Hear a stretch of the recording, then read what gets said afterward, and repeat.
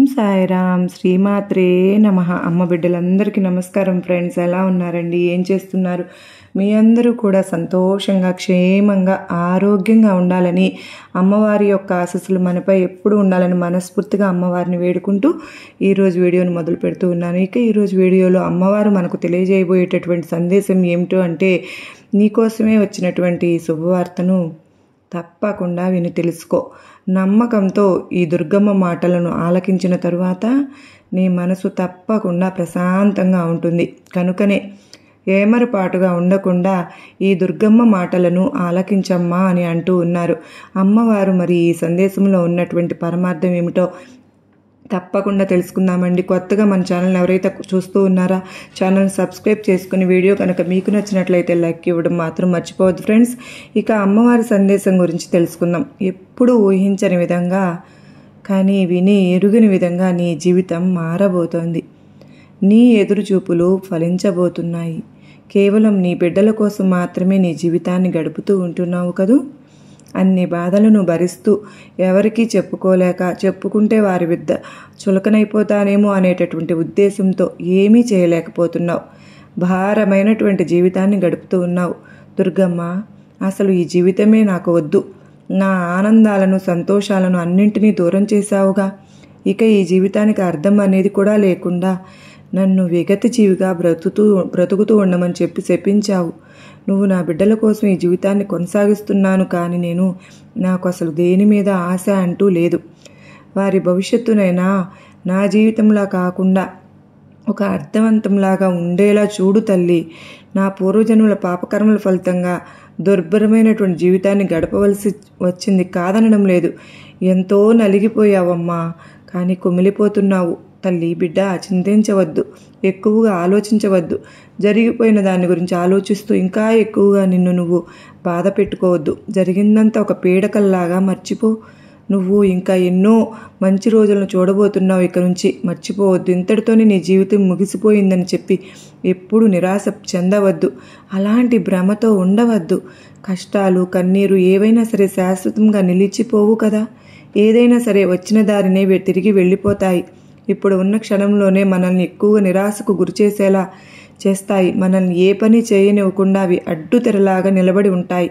వాటిని చూసి నువ్వు ఎంతైతే భయపడుతూ ఉంటావో అవి కూడా అంతే భయపెట్టాలని చూస్తాయి.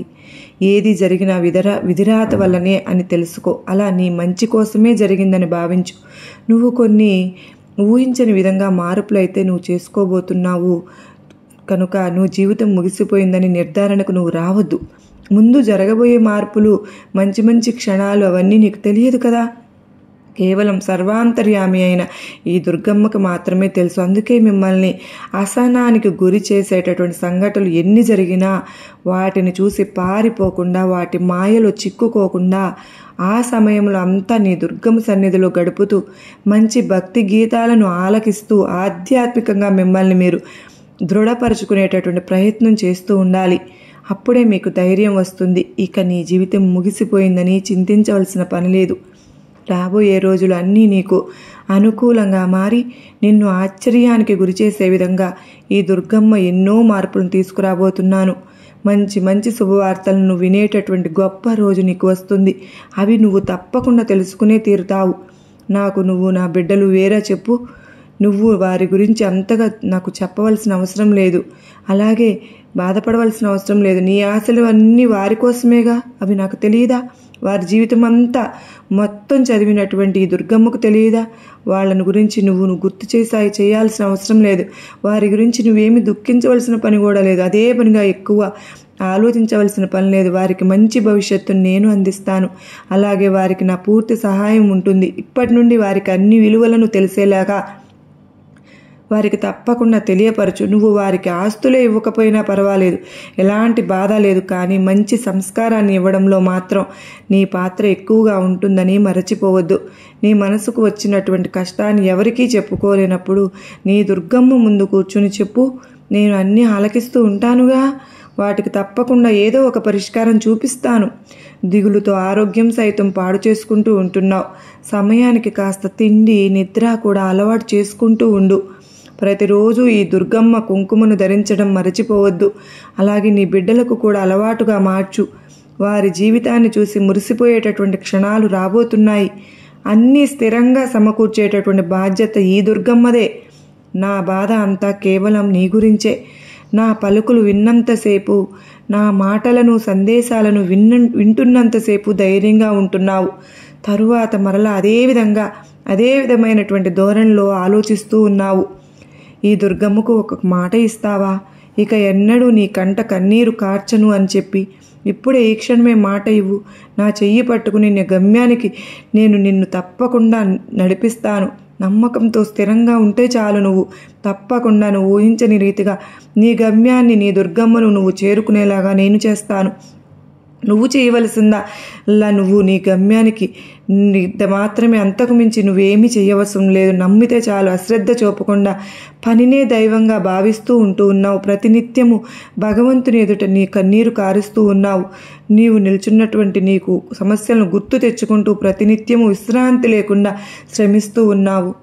గడిచిపోయినటువంటి రోజులను మరలా గుర్తు తెచ్చుకుంటూ ఎక్కువగా ఆలోచించవద్దు. క్షణక్షణం నువ్వు దుఃఖిస్తూ ఉంటే నిన్ను నేను చూడలేకపోతున్నానమ్మా, చూసి తట్టుకోలేకపోతున్నాను. అలా నిన్ను దుఃఖిస్తూ ఉంటే అన్నీ నువ్వే భరించాలి అనే చూస్తూ ఉంటాయి.